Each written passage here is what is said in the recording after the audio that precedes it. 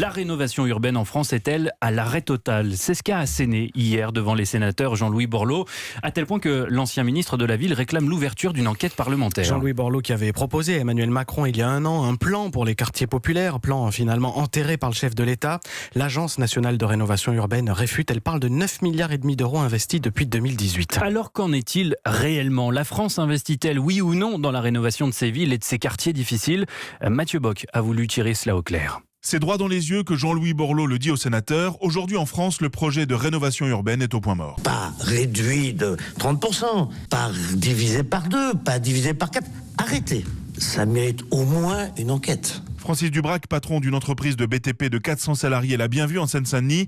Les chantiers sont stoppés depuis plus de 2 ans. On l'a ressenti directement dans le chiffre d'affaires de 2017, de l'ordre de 30% du chiffre d'affaires. Pour le 4000 logements de la Courneuve, ça demande de refaire des voies de pénétration, des réseaux d'assainissement. Tous ces chantiers-là n'existent plus aujourd'hui. Pour Bruno Ferracci, le président de la Société française des urbanistes, ce coup de frein est sans doute dû à un désintérêt au plus haut sommet de l'État. Je pense que c'est un problème que Macron méconnaît. Il n'en a pas la mesure exacte. Le président de l'Agence nationale de rénovation urbaine, Olivier Klein, reconnaît des erreurs désormais corrigées. Il avait raison de dire que ça prenait trop de temps. C'est vrai qu'il y a eu une difficulté sur l'enchaînement du premier programme de renouvellement urbain et le deuxième programme. Ça, c'était la situation quand Jean-Louis Borloo a remis son rapport. Et aujourd'hui, le renouvellement urbain n'est pas du tout à l'arrêt. On a validé plus de 370 projets, plus de 9 milliards d'euros. C'est 80% des 12 milliards possibles. J'ai eu Jean-Louis Borloo au téléphone. Il partage cette analyse. Et pour sa défense, le ministère de la Ville rappelle que depuis plus d'1 an, ce sont 150 opérations immobilières qui ont été livrées sur l'ensemble du territoire. Enquête signée Mathieu Bock pour Europe 1.